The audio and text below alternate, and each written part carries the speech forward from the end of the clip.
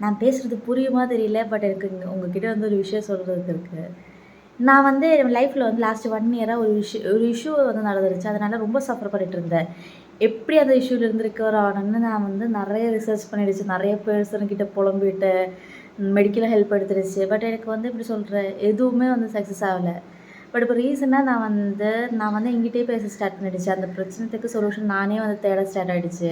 என்கிட்ட பேசும்போது தான் எனக்கு புரியுது, அதில் என்ன தப்பு இருக்குது, நான் வந்து என்ன பண்ணிடுச்சு, அந்த சிச்சுவேஷன் எப்படி, அந்த சிச்சுவேஷனுக்குள்ளார நான் எப்படி போயிடுச்சு, அது மாதிரி நிறைய விஷயம் இருக்குது. நான் வந்து அந்த இஷ்யூ வந்து ஸ்டார்டிங்லேருந்து இது வரைக்குமே வந்து என்னென்ன விஷயங்கள் பண்ணிவிட்டேன், அந்த மாதிரி நிறைய விஷயம் நானே என்கிட்ட பேச ஸ்டார்ட் பண்ணும்போது எனக்கு அப்போ தான் புரியுது, ஓகே இது இப்படி தான் இருந்துச்சு, முடிஞ்சு போயிடுச்சு, இனிமேல் எதுவுமே பண்ண முடியல. அந்த மாதிரி எல்லாமே வந்து இப்போ ஒரு 2-3 டேஸாக நான் வந்து கொஞ்சம் நிம்மதியாக இருக்கிற மாதிரி எனக்கு ஃபீல் பண்ணுறேன். ஏன்னா நானே வந்து அந்த பிரச்சனைக்கு வந்து சொல்யூஷன் கண்டுபிடிக்கிற மாதிரி நான் ஸ்டார்ட் பண்ணிட்டேன்.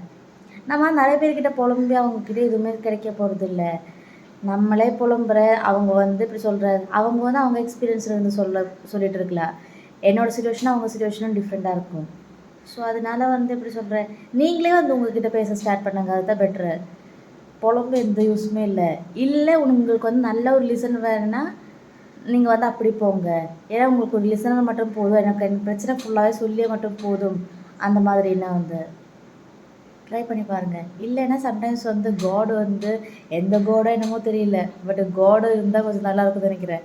நான் வந்து ரீசெண்டாக வந்து சாமி கும்பிட ஸ்டார்ட் ஆகிடுச்சு. இதுதான் இதில் வந்து நான் வந்து யாரையுமே வைக்கல, எந்த காடுமே வைக்கல. சும்மா ஒரு தீபம் வந்து காலையில் வந்து வச்சுடுவேன். அதனால் கொஞ்சம் நிம்மதியாக இருக்கிற மாதிரி எனக்கு ஃபீல் ஆகுது. நீங்களும் ட்ரை பண்ணி பாருங்கள். பாய்.